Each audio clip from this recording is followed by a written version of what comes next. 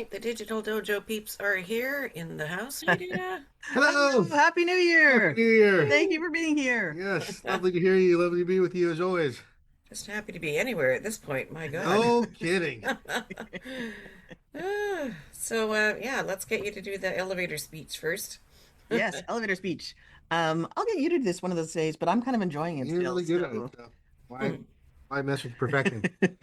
So we are here because whether it is your relationships, your family, your work, your dream career, or kind of any part of your life that matters to you, we use info from the Black Belt Mind to help you plan your way forward and a technique we call NAP to help you clear out the crap from the past. And standard disclaimer, I am a TCM practitioner, so that changes how I see things and talk about things. And also, since I am a voice on the radio, anything I say is not medical advice, but it's still fun. All right. So what's the plan, guys? Awesome, awesome. So today I think we're talking about kind of our version of New Year's Mm. because it's a new year. As humans, we do all like occasions to mark certain things. We can also get a little messed up about what that means, and we go on autopilot or we go on old versions. And more people are not doing the whole New Year's resolutions. I'm going to be an entirely different person because most people are like, that hasn't worked ever. Mm. But we do all have this sense of, okay, we've been through the longest, darkest night of the year, and perhaps for some of us, the longest, darkest night of the soul. And we're ready to get going. But how do we do that if we don't become a whole new person? And so the idea we're talking about is progress over perfection. Love it. Yes, All right, So the floor is yours. Enlighten us. wonderful. over to you with the news, Frank. I'm weather. Uh, that idea, I think, in some way, shape, or form, impacts and permeates everybody's thinking, most people's thinking during the new year, because as we come out of the Christmas break, as we hit New Year's Eve and launch into, the calendar rolling over one more year, we can put a lot of pressure on ourselves. And it starts with things like, this is the year, and I'm going to make all these changes now because the calendar says I should. Mm. And, then we hit the dead of winter and that space between like January 15th and February 15th, where it's like cold and dark and winter feels really present. And our motivation goes out the window. And then we start judging and criticizing ourselves and putting ourselves down for all the things that we feel like we should be full of energy to do because we made all these commitments at the beginning of the new year and we aren't there and we aren't doing them. And we don't feel like we're going to gain any momentum back to do them because the new rhythm of the year is a lot like the one that we just closed, and work and family and kids get into the stream and we get back into our normal routine. And before you know it, we feel as bogged down as we did before the Christmas break and all that space that we had to fill our head with this idea that because the calendar changed and became brand new, that we automatically have to do that as well. What could go wrong? Right, exactly. Perfect setup. I was going to say back to me for sports, but we all know that's a bad idea. That's what's even more fun. And in sports, people did sports. So Mhm. in terms of a setup, one of the things that I'd like to point to is uh, the idea, and just to offer it to everybody to kick it around, so they can think about it, that perfection is a momentum killer, right? And the state called perfection that we imagine as being this blissful place where all of a sudden any of the problems or obstacles or resistance that we met in a place not called perfection will be immediately resolved and smooth in the state called perfection. The challenge is that fills you full of dread and fear and intimidation, and it kind of puts you in a perfect position to bully yourself. Nobody feels confident when they're being bullied, especially when you're bullying yourself. So no wonder we cannot keep connected to new behaviors, new inspirations, new motivations that change our routine to produce real tangible change in real time. we get stuck behind that wall of like, ah, man, I'm never going to accomplish that anyway. So why even start trying? Because as soon as we start to try, we're going to realize how far we are into not accomplishing that thing. And then we just dwindle in terms of anything that we have that gives us the agency to actually really change intents and trajectories in our lives in ways that are more and more pleasing. So that idea is the one I want to throw out to everybody, that perfection kills momentum. Yeah, and I think the flip side of that, maybe it's a tetrahedron. What's a four-sided die? Four-sided? Yeah, like a triangle with a bottom. Oh, tetrahedron, I believe. Tetrahedron. I'm not sure if that's true. It could just be a prism. How's that? Let's get all geometrical. But we get the picture. Yeah. Part of what one of the other sides of that is that when we are aiming perfection, we're not present time.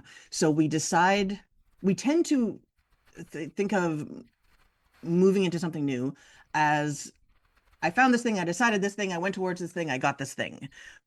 But really what happens is that we have no idea, right? It's that old idea of when you start to study something, you don't know what you don't know. And then you move forward into the place where you do know what you don't know, and you start to realize how much you don't know. And at that point, if you're present time, you get to adjust and decide what direction you're going in. And is this still the direction that you're meant to be going in, that you want to be going in, that's effective to go in? And if we're not present time, we aim for perfection, but we're working on such an old model that we get less and less inspired to do it. And then because humans like knowing the reason, the easiest reason for why we're not inspired is, oh, it's me, I failed again. Oh, guess I'm just not good at things. Guess I'm not good at finishing what I start. As opposed to, oh, maybe there's another reason why I haven't kept going with this. So in one way, progress over perfection is it's a form of daily meditation and mindfulness in some way. It's staying present with, yeah, I got excited about project X. Now I'm not excited. I wonder why. It leaves us room to wonder. And it shifts our focus in a more powerful and actually motivating direction. Because when we're in the pursuit of perfection, what we're thinking of is the end goal. What we're thinking of is the product that's going to come at the end of whatever it is that we're pushing ourselves through. In that mindset, we tend not to necessarily enjoy getting to the destination because we're so fixated and focused on the destination looking and being a certain and particular way. When we shift from the idea that the product is the only valuable thing in the pursuit of anything that we're after, and we focus on the process, there's a reason why process and progress only have one difference in their spelling, because they're directly related. And we can make a lot of progress towards a desired goal by paying attention to the process, because that's the thing we're actually doing in the moment, and not getting so fixated and hung up on the product at the end of it. And that's the way that we actually keep real sustainable motivation and inspiration going. That's the way that we get into a routine of any kind that we can actually stick with, because it allows us to actually spend enough time enjoying the routine that the product kind of ends up taking care of itself. And usually, not only is it not perfect, we can celebrate the fact that it's not perfect, because what we end up with is oftentimes better than we can imagine. We can end up actually doing more and being capable of more and landing more and more in the places that we want to arrive than we ever thought we realistically could. And it's in that space that we really start to see the value of progress over the fixation on being perfect. Sometimes that fixation gets so strong that we're too scared to even start. And then we guarantee that we get nowhere. And that's, I think, one of the ideas that we see in our work on a regular basis really help transform people, especially at a time of year like this, where, it's very, very, very easy to put that level of pressure on ourselves. that somehow we got to get to this magical new place called perfect that should occur and arrive almost instantaneously. And we know that nothing really works like that. Nothing of good value anyways. So this is a way that we want to challenge people to think and maybe change their thinking around how to actually get real good feeling results in their lives in whatever direction that they're trying to create new space and experience for themselves.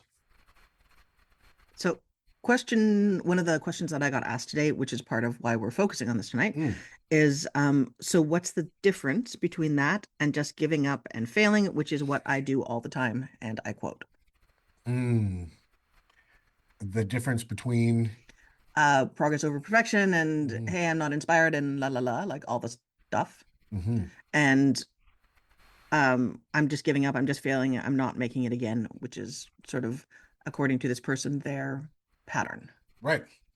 I'd say the fundamental difference to me, and I always try to speak from the experience that I have in areas like that and say, hey, well, this is how I felt about that. How about you? Is progress is actually measurable, whereas perfection is subjective and elusive, right? Because we can always, and part of that's built into the whole idea, because if perfection is something that is measured by the idea that every single element of the thing is the absolute best and most ideal that it can be, then that can change based upon how we feel about ourselves in the moment, how we feel about our environment, how we feel about the value of the goal that started us on that road. And that becomes really, really, really, really tough to measure. And the problem is that with the natural built-in bias of the human nervous system, it sets us up to pour all of our effort out, give it something our absolute best, and then when it's done, only look at what we didn't do well. Only look at what we feel like is missing or could be better. So trying to measure that in any realistic way becomes very, very, very, very challenging and almost impossible, because you'll never actually not be able to look at something and see where you could have improved it. Whereas progress is measurable and easily measurable. If I've got a workout goal and I decide that I want to go in and I want to bench press, 175 pounds, well, it's very clear to tell if I've done it or not, because if I can lift that 175 pounds in that position, well, then I've done it. If I haven't, then I haven't. I can start with the bar, which is 45 pounds. I can add 10 pounds to either side, which is 65 pounds. If I can lift that, well, then I have a sense of what I actually can do. And I realize in measurable ways how far I am from the goal that I have of lifting 175 pounds when I can lift 65 pounds. And then I can add 5 pounds on either side and lift 75 pounds. And I can feel that progress occurring if I'm really putting in my work every time I go and try to do a bench press. Even though at 75 pounds, I'm still 100 pounds away from my goal. The fact that I improved it all and I can measure it accurately and without question almost feels just as good, but in some ways, sometimes it almost feels better than actually achieving the goal itself.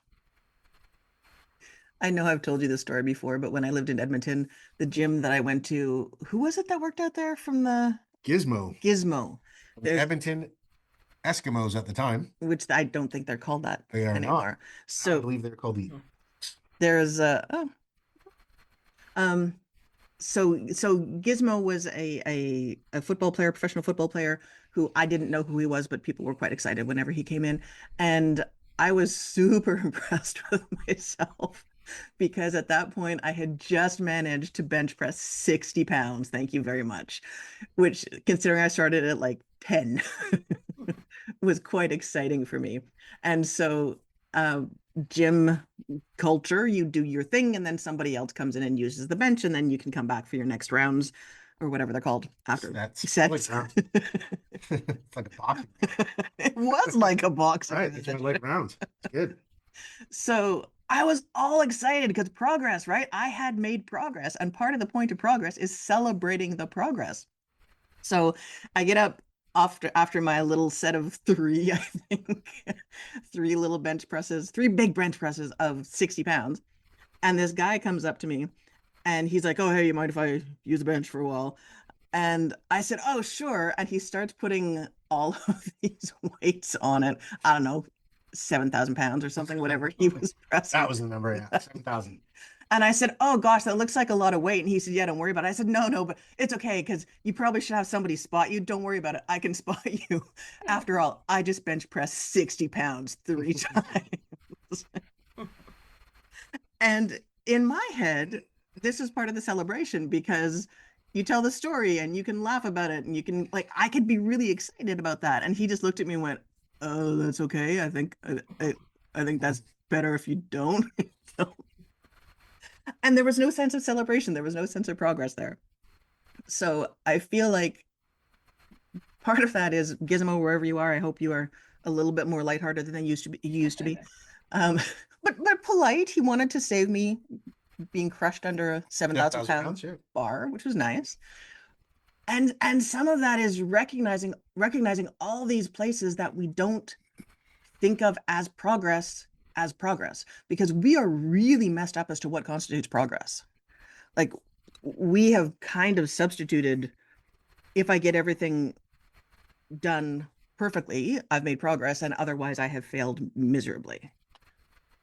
Well, and where that even translates to a harsher kind of self-judgment is not only have I made progress, that's not really what, when I think about being perfect, um, uh, what ends up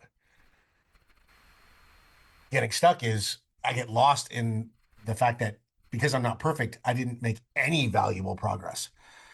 So the product becomes the thing at the end of that process of perfection that Say that automatically, 5 times. you know, that automatically sets us up to completely devalue anything that we actually did accomplish.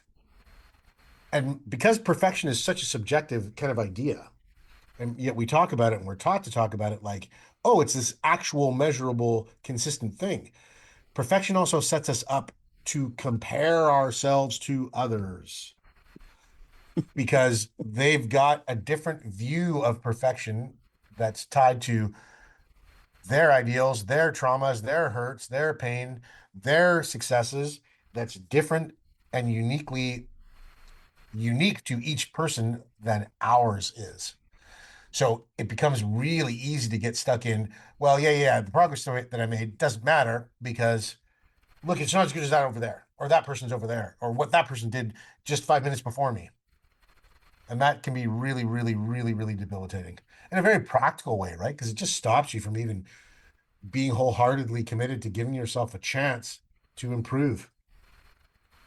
Okay. So next thing that someone had left me with to discuss today, which ties in right there. I'm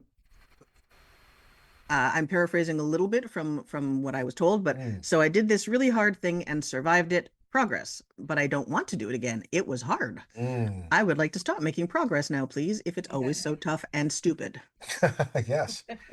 Tough and stupid. We don't want to keep repeating that. Well, the other way that I enter into this conversation with people is another P word. It's alliteration day today. We've got perfection, we've got progress, and the other word that we're going to add is Pizza pops. there you go. How'd you know, man? Man, awesome. I want some now. Is proficiency. What's proficiency? Proficiency, in the way that I work with it and define it in a martial arts sense and in a coaching sense, is what I'm going to call proactive efficiency. So proficiency is proactive efficiency. What does that mean? It's just a fancy way of saying I recognize the value of efficiency and I'm going to intend, right, proactive, to get better at being more efficient. Okay? That's also another really cool benefit that arrives from focusing on progress as opposed to perfection. Right? And that also opens up the space to give us a new use for the idea of perfection, but that's a much more constructive. We can pursue perfection as a path of building proficiency and progress. Holy, say all those P's 5 times, right? But as soon as perfection becomes the only goal, then we dismantle our ability to actually accomplish something that feels valuable. And that's super important because no matter what anybody else says about our effort and whatever we've produced or whatever we've been able to do or, accomplish, if we don't feel like it's valuable, then it's really easy to get discouraged. It's really, really easy to lose any kind of commitment and motivation to keep working at that thing. So when you're talking about the lovely person you're speaking with today, saying, I don't want to make progress anymore because it's hard. The thing I had to do was hard and stupid. Right. I am full of empathy for that person and compassion for that person because, yeah, you know what? Sometimes life is just hard and stupid and it makes us do hard, stupid things. But the point of like liberation there and the thing that makes us maybe go, well, maybe I will make progress again in that area because I know that every time I give it my wholehearted best effort, that hard thing becomes a little bit easier. And even if that's just a possibility, all of a sudden we have a new light that switches on in the dark of, I'm always going to fail. This is always going to be terrible. It's never going to be perfect. It's too hard. I don't want to try. It's dumb and stupid. We can kind of flick on the light and go, well, but maybe that thing that feels hard now might feel a little less hard every time I attempt it.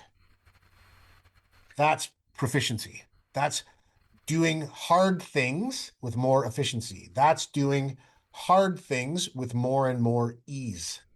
So that's where allowing the dopamine serotonin celebration, because if it just that was hard and stupid and now I'm doing it again and it's going to be hard and stupid, which is different than that was hard and stupid and I got to celebrate. Absolutely. Oh, this one? This story? Yeah, this first? Yeah. Yeah. So really probably will set up that even more. Because the cool thing about that is that as soon as you recognize that what you're trying to build is skill, right? That's what makes us more proficient at things. If I'm trying to play the piano, if I practice my technique and my skills while doing something really hard, like playing a piece of classical music, still is hard, but it feels easier. And that is the place where motivation and inspiration really, really come together and light each other up. Because when you realize that it's okay and you have all the space in the room and the world to say, yeah, that thing that I attempted that was hard and stupid, yeah, guess what? It's still hard and stupid. Right? And I'm a little better at it. So that's where the value comes in of being able to shift our focus from the end result, which is the perfect state of anything that we intend to be at its absolute best, and instead focus on, well, what about the little bits of momentum that I can keep going that feel really good? Why do they feel good? Because they feel like an accomplishment. Why do they feel like an accomplishment? Because you overcame something. And maybe you didn't overcome all of it all at once, but you overcame a piece of it that you couldn't handle before. That's really where inspiration and motivation come together and are incredibly powerful because that feeling feels transformative. Why? Because every time you tackle something that's hard and stupid and then you get a little bit better at it, you experience a new version of yourself. That's pretty exciting because it gives you more of yourself to learn about. That's also really exciting. And that's the thing that sustains you through those moments when the hard and stupid thing is just hard and stupid and you're not making any progress at it. Yeah, I mean, and how much lately have we been watching people do things that are still hard, but they're not stupid anymore because they're managing them now, they're handling them now. Like that seems to have been the theme of the last 6 weeks slash months slash Lifetimes. This story? Yes, please. So, as we have established, sports games and I are not not necessarily the best of friends. I grew up in a family where everybody was very proficient at some things, in different things, but I was proficient at none of them. And a while ago, quite a few years ago, yeah, now there's a place in New West you can go and learn how to shoot bows and arrows. And I thought, well, Dana will really enjoy that because he is proficient at sports games things. So and I'll go too because it's time to spend together. And the way that you do this to make sure nobody gets an arrow in places they shouldn't have an arrow is everybody gets 3 arrows. They teach you what you're doing. Everybody lines up in like 4 or 6 lines. You all shoot the first, first people in the front of the line shoot their 3 arrows, go to the back of the line, the next person, and so on until you're done. And then you all go up and get your arrows together. So by the time you get to the end of the line, everybody has nothing to do but watch the people who are there shooting their arrows. So I was at the end of the line because I was madly going over everything in my head, going, okay, so you do this, and then you don't do this, and then you do this, and don't do this.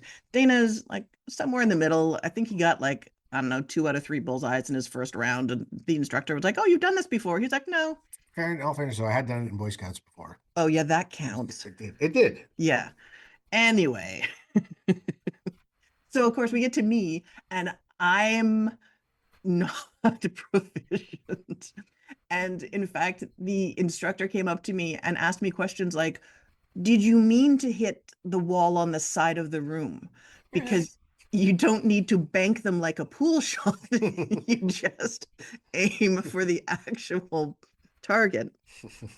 And did you mean to hit the ceiling? And I continued week after week. What it was like 6 weeks? 6 weeks, I believe. 6 or 8.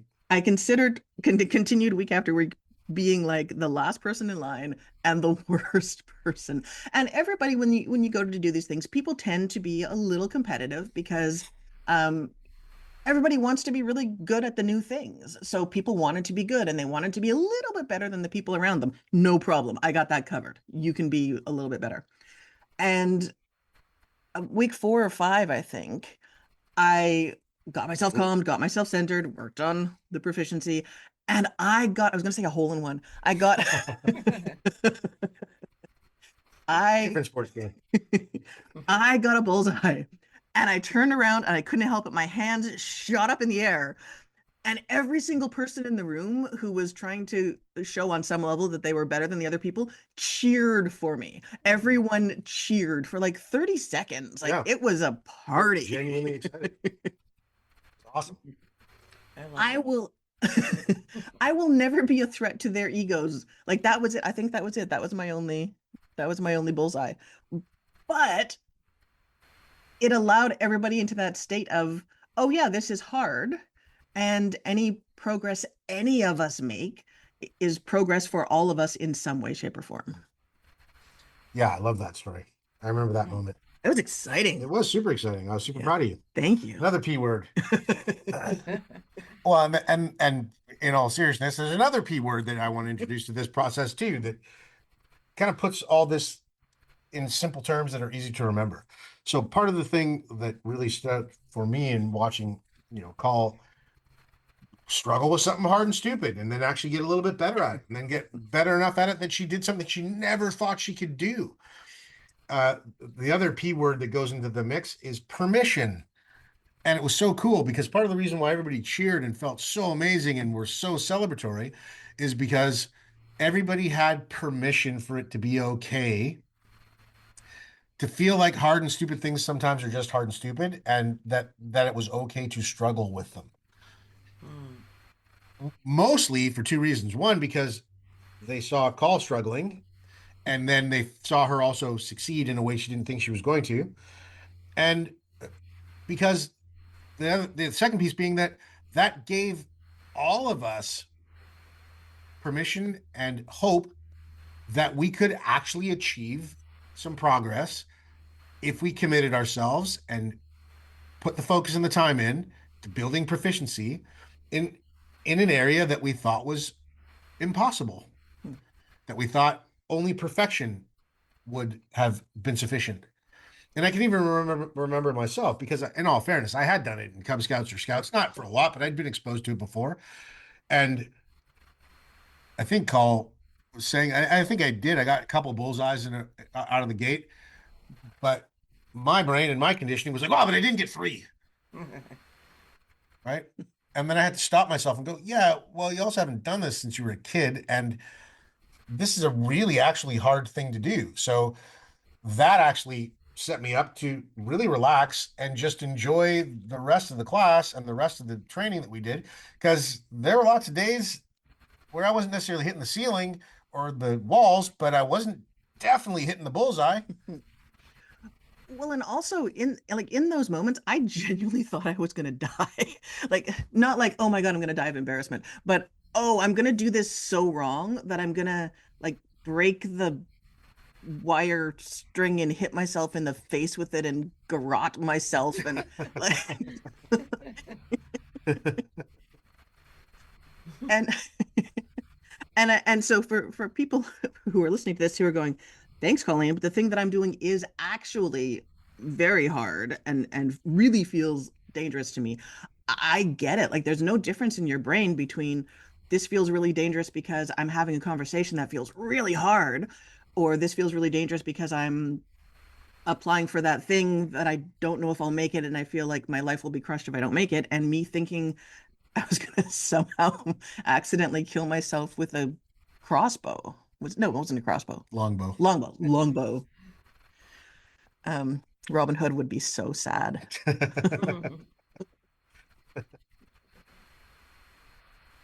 So I do think there's also this space um for everybody to share their capacity, because that's that's not my place of capacity and proficiency, but I really do get comforted by other people's proficiency there.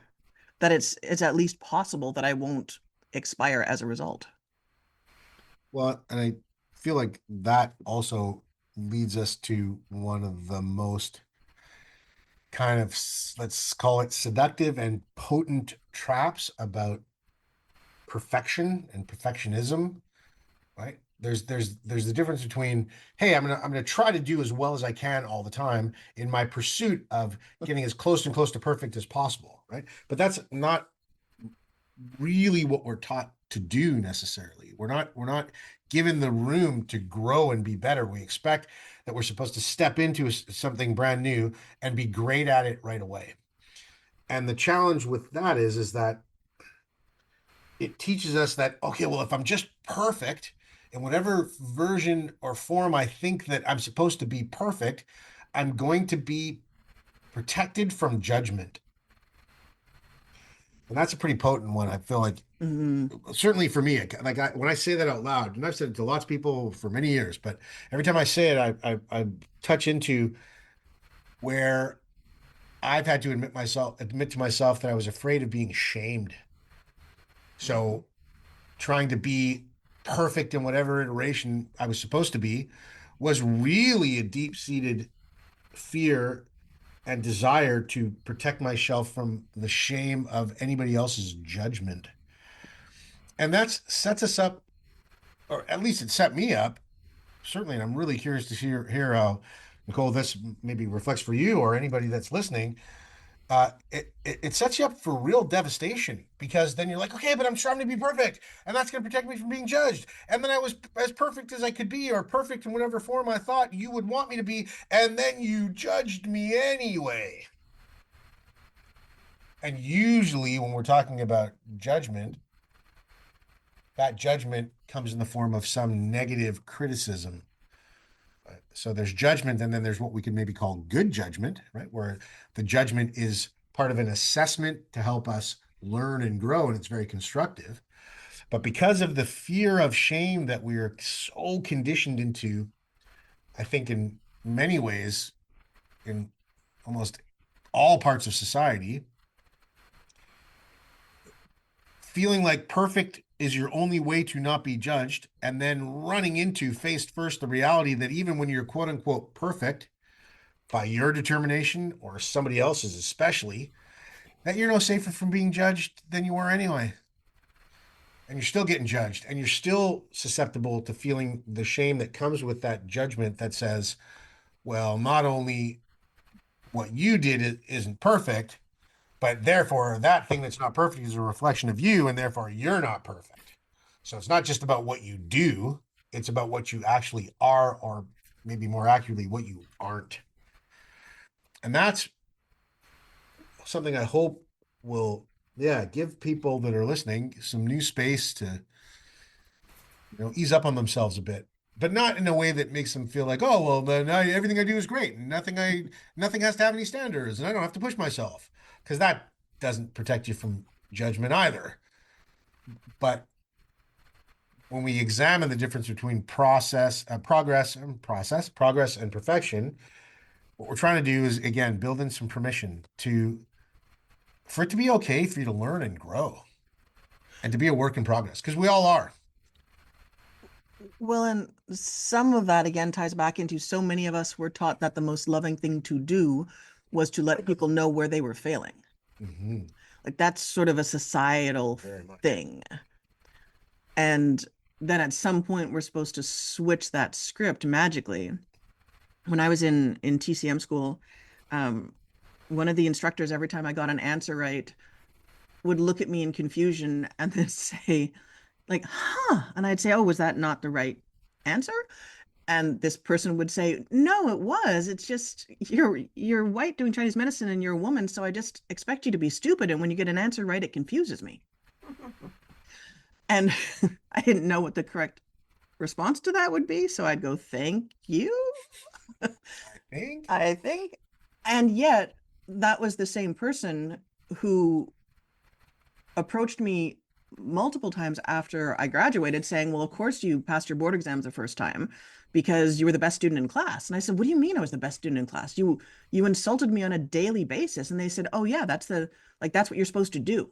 That's how you help people, is you make sure that you break down the people who are really good so they don't get too full of themselves.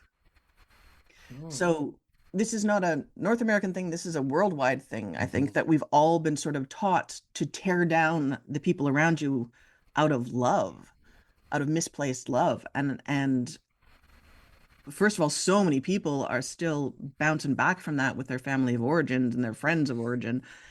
But I think that's one of the things, speaking of New Year's and the things we're changing this year, I think that's one of the things that we're all changing is we can be generous to people about what they're doing well, and that's not weak and that's not letting them down. That's actually helping reflect where the progress is working. Well, and that's actually the direct way to helping people get better at stuff. Like that's how you build proficiency. We can't only talk about and focus on what you didn't do well, but because that doesn't give us all the information that we need to build skill at anything, to get better at anything, to improve in any way, shape, or form. In order to build actual proficiency, you have to know what you have done well in addition to what you haven't done well. Because if you know what you've done well, there's a chance that you understand how you did it, and that gives you a better chance of doing it well again. In other words, knowing what we've done well is important so that we can duplicate the actions and behaviors that allowed us to do that thing well in the first place. When we know that, we can strengthen those things, build on them, focus on making them better, and then realize in real time that, hey, I was bad at this thing. Now I'm a little bit better at this thing. And now, as I approach it again with the information of understanding how I was a little bit better, I'm even a little bit better at it. And that idea, the power of a little bit better, is so crucial and important to actually building any kind of proficiency or skill at anything. And it's important because it reminds us that a little bit better is a worthy and valuable accomplishment, a worthy and valuable goal. Because after a while, over time, that little bit better turns into a whole lot of ease, and I'm way better at this thing that I used to think it was hard and stupid. Anytime that we face our fear of rejection, our fear of shame, our fear of judgment, in order to face that fear, like to really look at it, we have to find a little bit of courage. That's such an important aspect of all the things we're talking about, because courage and the expression of it, when you find it in yourself and do something that you're afraid to do and do it anyway, because on the other side of that fear, there's value for you in that thing, you realize two really important things. One, there's just value in the attempt of trying something that you think is hard or feels impossible. Whether you succeeded at it or not is a whole other kind of value, but just treating yourself like you might be capable of a little bit more than you think you are allows you to experience your self-worth in a whole new way. Every time we express courage, we open up the opportunity to experience and strengthen our own self-worth and our connection to it. Every time we do that, three things occur. One, we express that courage. Two, we realize that we made a commitment to ourselves to express that courage. Three, we build a little bit of confidence in ourselves that we didn't have before that allows us to find even more strength to express that courage again. So courage begets commitment, commitment begets confidence, and then confidence begets the ability to express more courage. It was very Beowulf, Oh, especially with the begets. Please continue. okay, there we go. I get it now. I was reading some Middle English earlier today. Thought I would As dive one into does. as one does. Um, and the reason why that is something I love to share with people, something I try to invest in my own things that I'm tackling that feel hard and stupid, is because a good, strong, healthy connection to your own self-worth, right? Self-worth is how I view my own value. Whereas I work with the idea of self-esteem as being, well, self-esteem is the measurement of how I view how other people value me. But self-worth is how I view how I value me. Nothing makes us more resilient and impervious to the effects of shame and judgment more than a strong, confident, humble sense of self-worth. Brain science now? Yes, please. So part of what this comes back to is that as humans, we have a tendency neurologically to look for the negative, which makes sense because if you are humans who don't know much about different berries and you wander away and you go, look, a new berry, we're supposed to be skeptical and go, bet you it's poisonous, because that's better that we then have half a berry and barf than have a handful of berries and expire. So humans are kind of programmed to be negative anyway. And North Americans in particular were really good at negative. Even when you look at a lot of our languagings, people will say, oh, so how you doing today? And what do we say? Oh, not bad. Not bad. If you say, I'm great, people will sometimes look at you askance and think, oh, what's so great about that? I like that people say, not too bad, Yeah. or not so bad, Yeah. which means I'm doing bad, but manageably bad. Yeah. And the challenge with that is our brains are looking for the negative. So when somebody's out there going, hey, how was that hard and stupid thing you were doing? And you go, actually, it was pretty good. Their brain panics a little because we're supposed to find the bad. That's how we survive.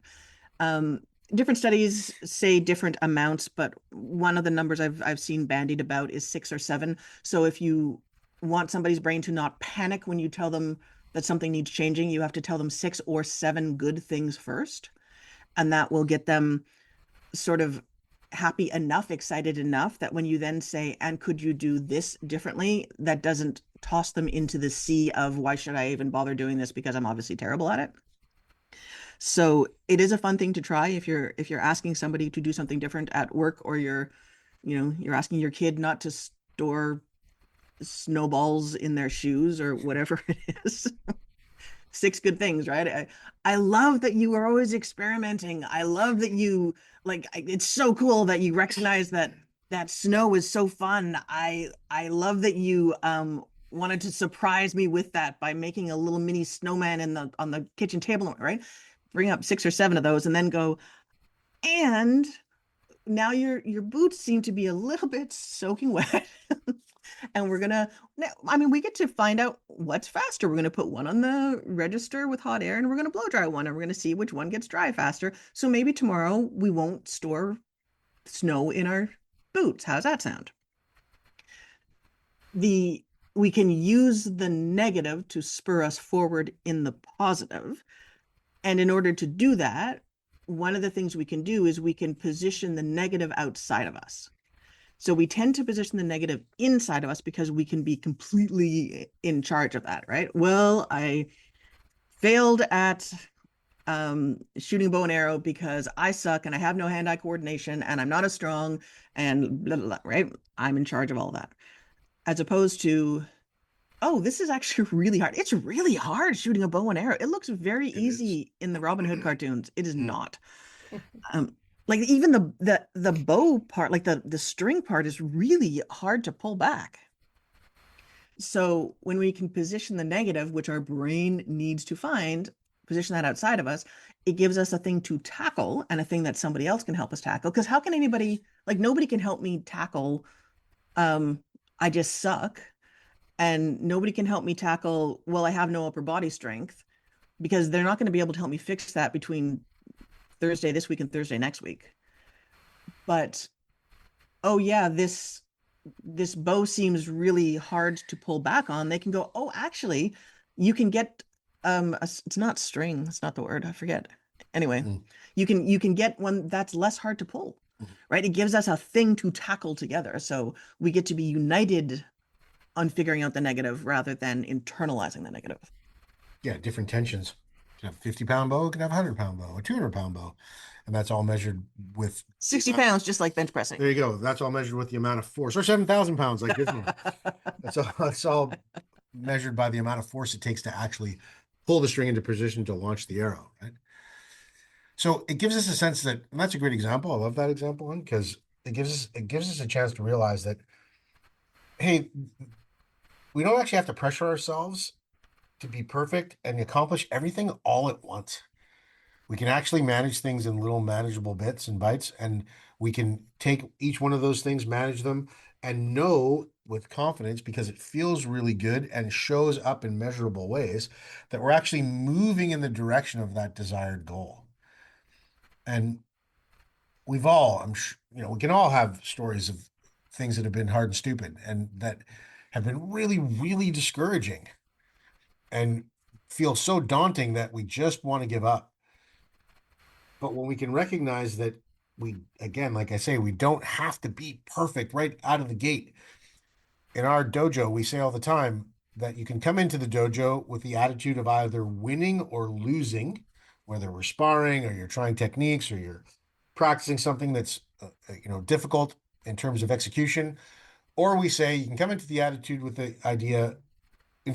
the attitude that I'm here to either win or learn.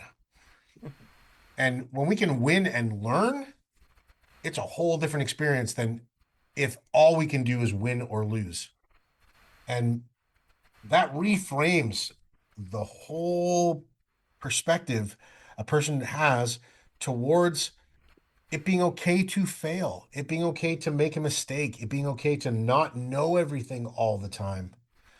And when you give yourself permission to do that, it's miraculous. And I'm using that word very deliberately. It's miraculous how much better you can get at something, how much bigger of a vision you can actually create and manifest and bring to life than you ever thought you possibly could.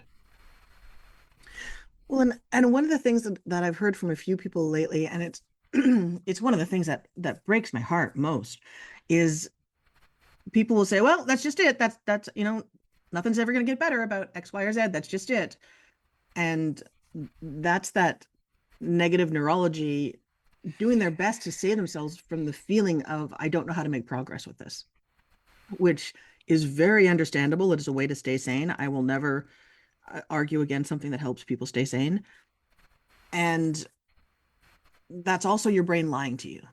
Because what it means is the thing that you're doing isn't working. How do we adjust it? When I think I was 3 and my sister was 4, or I was 4 and she was 5, she got this Christmas present of this little, I think it was a pink car, with a doll driving it, and you could pull on the string and then the car would drive, and that stinking doll chased me every single time. Like I thought it was possessed. I honestly did. And It's after me. It was after me. And the only way that I could ever rescue myself, because he chased me around the whole freaking living room, is I'd jump up on the sofa, and it would repeatedly, and this is how I knew it was possessed, it would repeatedly bash the little car against the sofa again and again and again, trying to climb up the sofa to get to me. That was the wrong thing to do. It never got me because it was doing the same thing again and again and again, and it wasn't Nice. working. Well done. Thank you very much. Wasn't sure where we were going with that, but Just getting through an old trauma. It's fine. check that off the list of Christmas and birthday presents. Okay.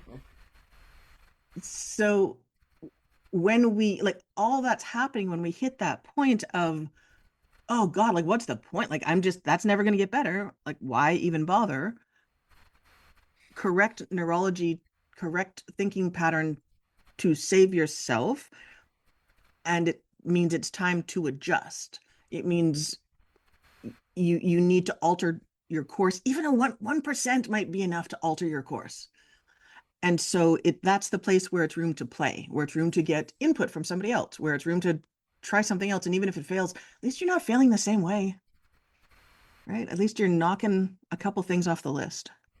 Well, and in that space, and I think this kind of brings it really home in my thinking anyways, which I'm always happy to share, is that when we get stuck in a momentum of feeling like we're not making progress because progress is not valuable, because only perfection is valuable, then we get really susceptible to the idea that we don't deserve to make progress.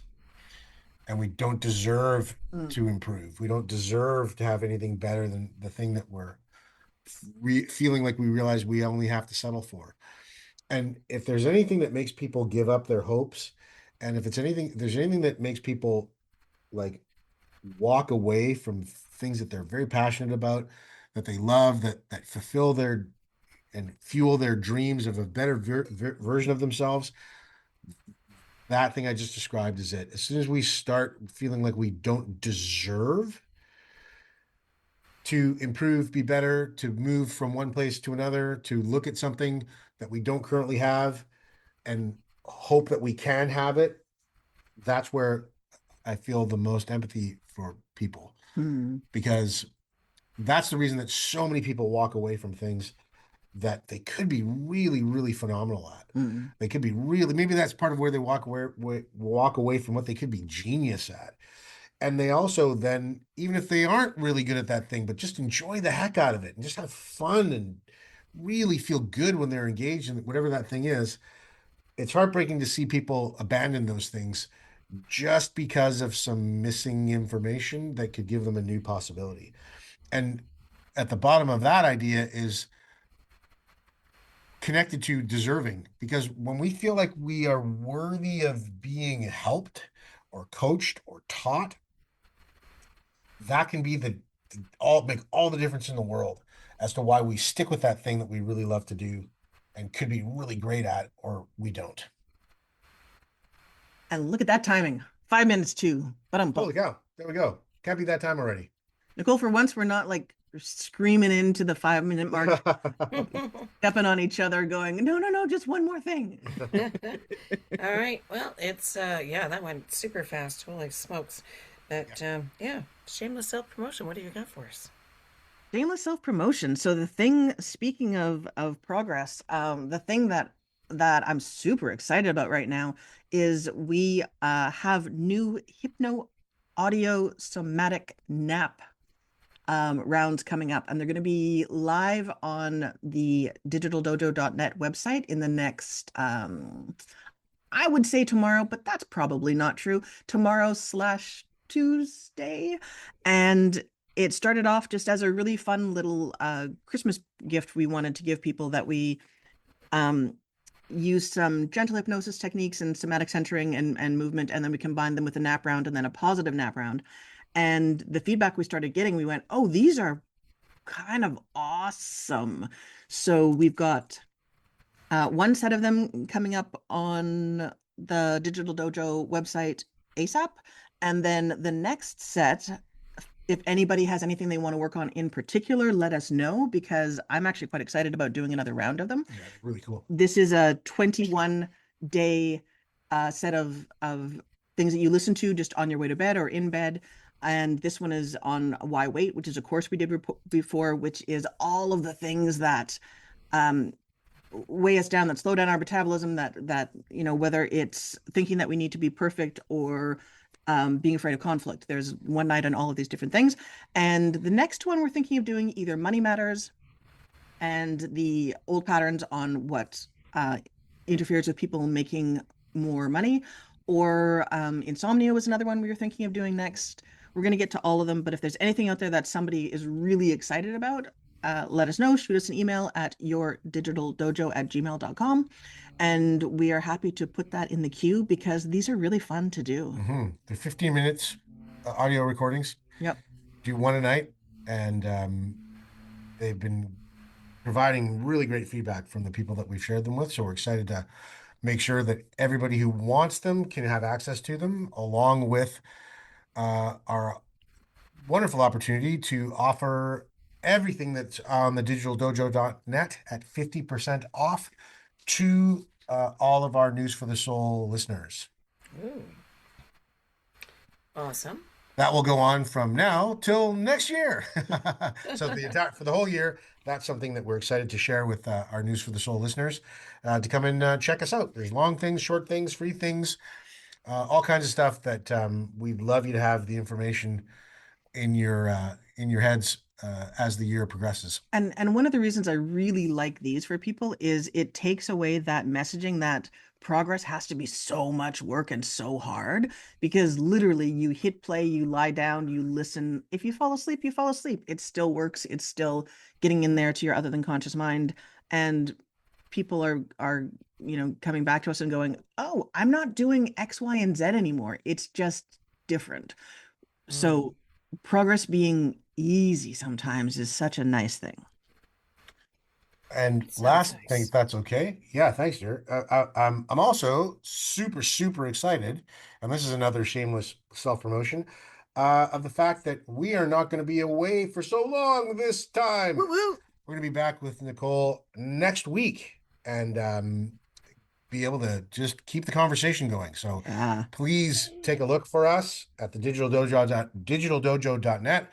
Find us on all our social medias, all the standard usual ones, and join us next week. Come back on in, because we will be back, and we won't have to miss Nicole for as long as we had up till now.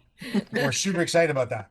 Me too. Oh my goodness. Weekly digital Still It is good, hard to still say, good. isn't it? When you're going too Right? fast. Yeah, when you go too fast, right? Yeah. Your It's like mouth perfection, trips progress, over the words. proficiency, potato chips, popcorn. Yeah. Digital Dojo is Yes. here weekly as of now, 2026.